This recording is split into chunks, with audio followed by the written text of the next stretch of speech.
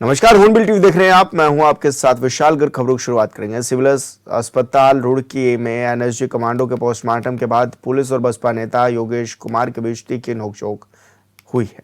बता दें कि देहरादून हाईवे पर बीते रविवार को रोडवेज बस की साइड लगने से बाइक सवार सेना का जवान गंभीर रूप से घायल हुआ था। इलाज के लिए रुड़की के निजी अस्पताल में भर्ती भी कराया गया, जहां उपचार के दौरान उसकी मौत हो गई। मौत के बाद परिजनों ने अस्पताल पर गलत इंजेक्शन लगाने और लापरवाही बरतने के आरोप भी लगाए हैं और इसको लेकर जमकर हंगामा भी किया गया। मौके पर पहुंचे एसपी देहात शेखर चंद सुयाल ने परिजनों को समझा बुझाकर कार्रवाई का आश्वासन दिया, जिसके बाद परिजन शव को अंतिम संस्कार के लिए ले गए। और संवाददाता परवेश राय हमारे साथ फोन लाइन पर जुड़ गए हैं। परवेश, क्या कुछ जानकारी मिल रही है, किस तरह का ये पूरा मामला था? बिल्कुल, देखिए अभी बीते रविवार एक सड़क हादसा हो गया था जिसमें जो एनएक्सी कमांडो था वो गंभीर रूप से घायल हो गया था। घायल होने के बाद में जो एनएक्सी कमांडो था उसको रुड़की के निजी अस्पताल में भर्ती कराया गया था, जहां पर उसकी मौत हो गई थी। हालांकि जो परिजन थे, जो स्थानीय लोग थे, वो जो बसपा नेता योगेश था, वो मौके पर पहुंचे थे, जिन्होंने हॉस्पिटल में जाकर भारी हंगामा भी किया था। उनका ये कहना था कि गलत इलाज और लापरवाही के चलते ये इस तरीके की जो घायल होने के बाद में जो मौत थी वो हुई थी, जिसको लेकर यहाँ पे एक बड़ा हंगामा खड़ा हो गया था। परिवार के भी कई तरह के आरोप लगाए गए थे, लेकिन अब देखने वाली बात यह है कि जिस तरीके से पूरा हंगामा था, इससे जो पुलिस थी उन्होंने एक आश्वासन भी दिया कि इस पर कार्रवाई की जाएगी। लेकिन जिस समय हंगामा हुआ तो यहाँ पे जो योगेश से जो बसपा से नेता है, उसकी पुलिस के साथ में तीखी नोकझोंक हुई थी। उसके बाद एसपी देहात शेखर चंद सुयाल मौके पर पहुंचे तो उन्होंने उनको समझा बुझाकर जो है पूरा मामला शांत कराया था। लेकिन ऐसे ही पहला मामला नहीं है। विशाल जब रुड़की के अस्पताल के ऊपर कोई इस तरीके का आरोप पहली बार लगातार इस तरीके के आरोप रुड़की के हॉस्पिटल में लगते रहते हैं, जिसको लेकर यहाँ पे जो स्वास्थ्य व्यवस्था है उनका जो तमाम जो यहाँ पे खामियाजे है वो कहीं ना कहीं स्थानीय लोगों को भुगतना पड़ता है लापरवाही का, जिसको लेकर यहाँ पे कार्रवाई की मांग भी की जा रही है। देखने वाली बात ये होगी कि यहाँ पर पुलिस और स्वास्थ्य विभाग के द्वारा हॉस्पिटल पे क्या कुछ कार्रवाई की जाती है। लेकिन परवेश, ऐसे में यह भी देखा जा रहा है कि परिजन जो थे वो जमकर हंगामा भी करते हुए नजर आ रहे थे, गलत इंजेक्शन लगाने के बाद भी कह रहे थे।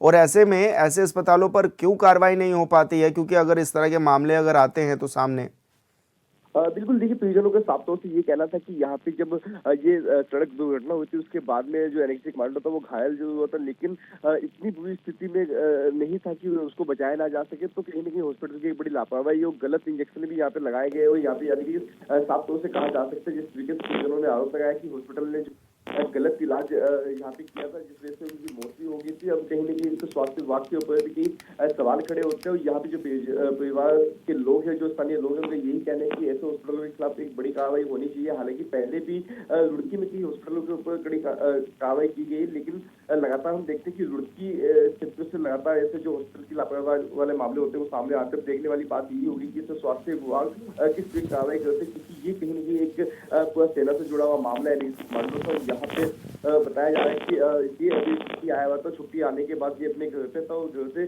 किसी निजी काम से जो है देहरादून की ओर जा रहे थे, जिस समय ये पूरा हादसा हुआ। रोडवेज बस में जो है इनको टक्कर मारने से घायल हो गए थे। जी बिल्कुल परवेश, बहुत शुक्रिया आपका तमाम जानकारी साझा करने के लिए।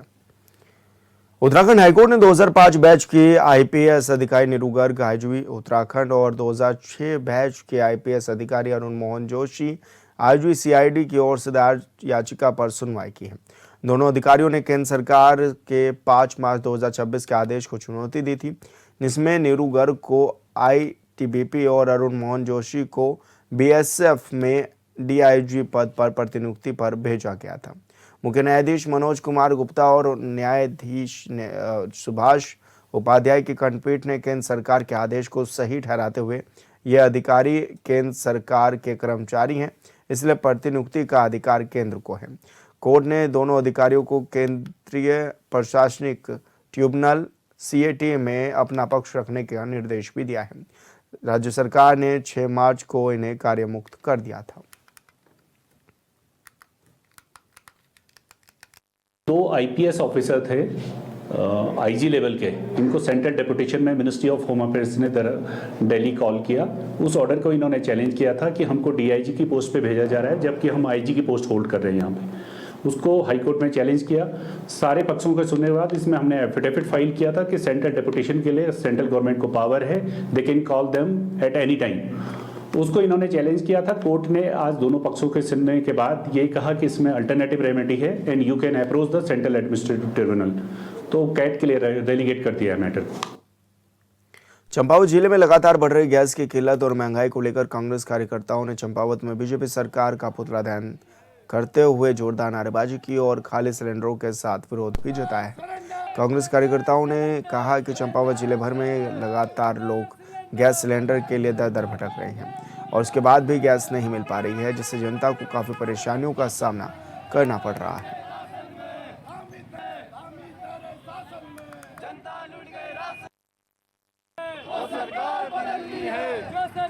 आज जो व्यवस्था है ना, ऊपर बैठा जो व्यक्ति है वो झूठ पे झूठ बोल रहा है। जनता चाहती है स्पष्टता, लेकिन स्पष्टता है नहीं। मैं अभी ही गैस गोदाम से आई। आज मैं वहाँ के वर्करों से मिली हूँ जो वहाँ पर काम कर रहे हैं। वो बता रहे हैं कि गैस है ही नहीं, जो रोस्टर बना रखे। अब मैं जैसे छतार वार्ड में हूँ, कोई अभी जो कनल गांव वार्ड में है, तो वो बता रहे थे आज कनल गांव की बारी है, वहाँ गाड़ी गई है। कनल गांव के व्यक्ति वहाँ आके कह रहे हैं हमें तो मिली नहीं है, गैस कहाँ पहुँच गई। आज मैं ये भी पूछना चाहती हूँ, मुझे भाजपा का एक भी नेता लाइन में क्यों नहीं दिखाई दे रहा है?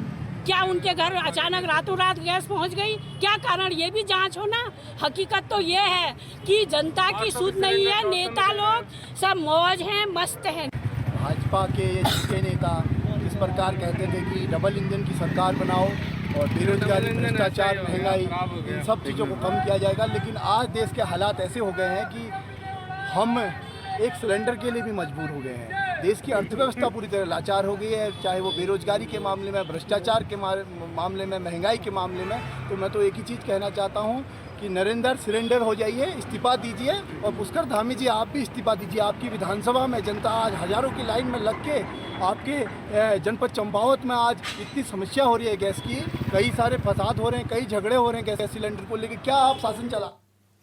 कालढूंगी नगर पालिका के सफाई कर्मचारियों की हड़ताल समाप्त हो गई है। पिछले कई दिनों से जारी इस हड़ताल के कारण शहर की सफाई व्यवस्था पूरी तरह प्रभावित हो गई थी। वहीं कालढूंगी नगर पालिका अध्यक्ष रेखा कात्यारा और उप जिलाधिकारी विपिन चंद पंत की अध्यक्षता में नगर पालिका प्रशासन और वाल्मीकि समाज के बीच सफल वार्ता हुई है, जिसमें दोनों पक्षों के बीच समझौता हो गया है।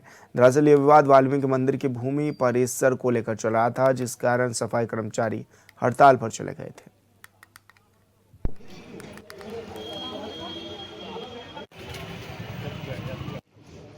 एक धार्मिक आस्था का विषय है, इसमें विवाद हुआ। हड़ताल के पीछे जो मुख्य विषय था वो यह था कि इनका कुछ प्राचीन जो महर्षि वाल्मीकि मंदिर है, उसको एनएच की जद में आने के कारण ये अभी कुछ आक्रोश इनके द्वारा व्यक्त किया गया था कि वो भविष्य में कहाँ पर शिफ्टिंग होगी या क्या उसका भविष्य होगा। साथ ही साथ मंदिर परिसर में जो है वो गंदगी और जो हाइजीन है उस पर भी थोड़ा प्रश्न उठाया जा रहा था। और कुछ समय से नगर पालिका परिषद कालाढूंगी और जो सफाई कार्मिक हैं उनके बीच जो है इस संबंध में वार्ता चल रही थी। और आज जो है 5-6 दिन के गतिरोध के पश्चात जो है दोनों की पुनः वार्ता हुई और आदरणीय अध्यक्ष महोदया और ईओ नगर पालिका की उपस्थिति में जो गतिरोध है वो समाप्त हुआ। पूर्व में जो है इनके स्वामित्व में लगभग 670 स्क्वायर फीट लगभग अपना जो लैंड है वो आ रहा था और लगातार जो उसके परिसर में है उसमें जो गंदगी वाला इश्यू है या जो कैटल्स का जो वहाँ पर आवाजाही है उसको लेकर जो है इनके द्वारा विरोध किया जाता है। एक धार्मिक आस्था का विषय है, इसमें विवाद हुआ था मंदिर के विषय में, जो कि जनता के हित में ठीक नहीं है।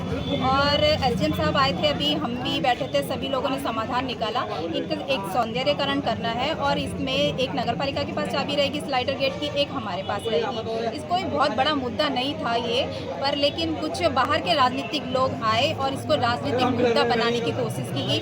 पर लेकिन हमारे कर्मचारी बहुत अच्छे हैं और समझदार हैं, सभी लोग समझ चुके हैं कि ये हमारा शहर है और हमें इसे साफ रखना है। जो भी डिमांड करनी है, ये वाली डिमांड तहसील की थी, भूमि से रिलेटेड थी, तो ये हम लोगों ने एसडीएम साहब ने इसे क्लियर कर दिया। कर्मचारी आज कल सुबह से लौट रहे हैं और उन्हें भी बहुत दुख है कि हमारा शहर गंदा है और वो अपने शहर को जैसे पहले चमकाया था वैसे ही चमकाएंगे। और ये राजनीति वाली जो षड्यंत्र रचा है, इसका पर्दाफाश हो चुका है और हमारे कर्मचारी वापस लौट चुके हैं। श्रीनगर गढ़वाल के अलकेश्वर घाट स्थित अंबेडकर पार्क में भारत रत्न डॉक्टर भीमराव अंबेडकर की प्रतिमा के साथ असामाजिक तत्वों की ओर से छेड़छाड़ों और कालिक पोतने का गंभीर मामला सामने आया है। यह घटना के बाद से क्षेत्र में भारी आक्रोश व्याप्त हो गया है और स्थानीय लोगों में रोष भी देखा गया है। सूचना मिलते ही भीम आर्मी के पदाधिकारी और कार्यकर्ता मौके पर पहुंचे और घटना के विरोध में जोरदार प्रदर्शन इस दौरान किया गया।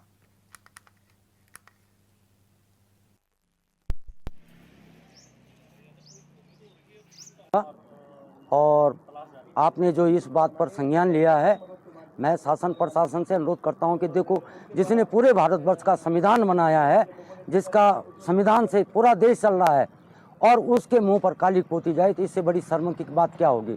इस श्रीनगर एक बहुत बड़ा शांतिप्रिय शहर है। ये इस शहर में हमें उम्मीद नहीं थी, लेकिन यहाँ भी इस तरह के लोग अब पैदा हो रहे हैं कि जो किसी न किसी प्रकार से किसी न किसी महापुरुष को क्षति पहुँचाने का जो कार्य कर रहे हैं। कल ईद के टाइम पर किसी की मंशा ये थी कि यहाँ पर कालिक पोत करके हम कुछ उपद्रव मचाए, ताकि मतलब यहाँ पर ये ईद का और आने वाले 14 तारीख का जो अप्रैल का कार्यक्रम है बाबा साहब की जयंती का, इसमें कुछ न कुछ व्यवधान उत्पन्न हो। तो मैं शासन प्रशासन से अनुरोध करता हूँ कि यहाँ पर आपकी निगरानी में यहाँ पर एक तो सबसे पहले यहाँ देखो, यहाँ पर इतने बड़े नेता आते हैं, यहाँ पर ये सारी दीवारें टूटी हुई हैं और यहाँ पर जो ये जो बाबा साहब की मूर्ति लगी है, इस पर तीनों चारों तरफ से जाली लगनी चाहिए। दिन में एक आध चक्कर जरूर आते हैं और हम दो लोग यहाँ पर आए, हमने दूर से देखा गेट के बाहर से कि मूर्ति को कुछ किया गया। मैंने अंदर आके देखा तो इस पे कालक पोती गई थी, लाल कलर से माथे पर सिंदूर भी भरा गया था। और जब हमने देखा तो फिर उसके बाद फोटो खींच करके हमने फेसबुक पे डाला और शासन को अवगत कराया कि ये इस तरह की घटना है, अगर तत्काल कार्रवाई नहीं हुई तो फिर हम इसमें आगे आंदोलन करेंगे। सर देखिए, यदि हमारे किसी भी महापुरुष के साथ में या उसके स्टैचू के साथ में कोई भी बदतमीजी की गई तो भीम आर्मी उसको बर्दाश्त नहीं करेगी। और वैसे तो प्रशासन ने संज्ञान लिया है मामले का तत्काल, और यदि अगर ये मुलजिम नहीं पकड़े जाते हैं तो फिर आक्रोश आंदोलन करने के लिए भी बाधित है। को हम शाम को 3-4 बजे यहाँ घूमने के लिए आए, हमारी निगाह पड़ी मूर्ति पे कि मूर्ति पे पूरी कालिस पोती हुई थी, मांग भरा हुआ था, टिक्का श्रृंगार जिस तरीके लेडीज का श्रृंगार होता है इस तरीके से श्रृंगार पूरा करा हुआ था। हमने तभी आके यहाँ पे प्रशासन को खबर पहुँचाई, प्रशासन पूरा यहाँ पे आया, उन्होंने उसकी देख रेख करी, हमारे सामने पूरी साफ सफाई करी गई मूर्ति की और हमने शाम को ही इसकी FIR दर्ज करा दी गई है। देखो, पहले आज तक ऐसा कुछ नहीं हुआ है। जैसे कल इस घटना को देखते हो सभी लोग यहाँ पे आ रहे हैं, मालार्पण कर रहे हैं, पूजा आरती कर रहे हैं, लेकिन आज से पहले कोई इस तत्व के लोग यहाँ पे नहीं आए हैं जो कल इस घटना को देख के आज यहाँ पे आ रहे हैं। देखिए, जो कल घटना हुई थी उसके संबंध में तत्काल संज्ञान लेते हुए मुकदमा अपराध संख्या 18/2026 तत्काल पंजीकृत कर टीमों का गठन किया गया, जिसमें हमारी सर्विलांस की टीम और SSI के नेतृत्व में इसकी विवेचना की जा रही है। साथ ही साथ अलग अलग टीम की हेल्प ली जा रही है, CDR का अवलोकन किया जा रहा है, CCTV फुटेज का अवलोकन किया जा रहा है और जल्द ही जो है इसमें सकारात्मक परिणाम देखने को मिलेंगे। मेरा सभी से अनुरोध है कि जो उनका रोष है उसके संबंध में हम आवश्यक विधिक कार्रवाई कर रहे हैं और जल्द ही इसका मामले का अनावरण करेंगे।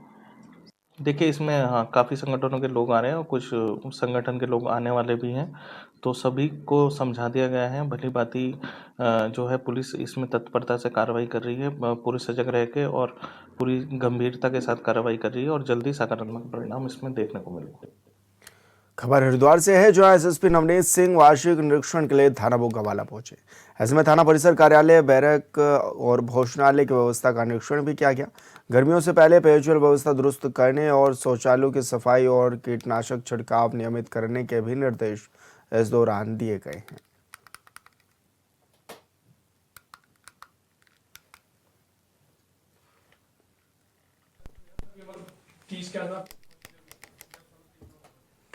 उत्तराखंड में 19 अप्रैल से विश्व प्रसिद्ध चारधाम यात्रा की शुरुआत होने वाली है और उससे पहले प्रदेश में गैर हिंदुओं के प्रवेश को लेकर सत्ता पक्ष और विपक्ष के बीच जुबानी जंग भी तेज है।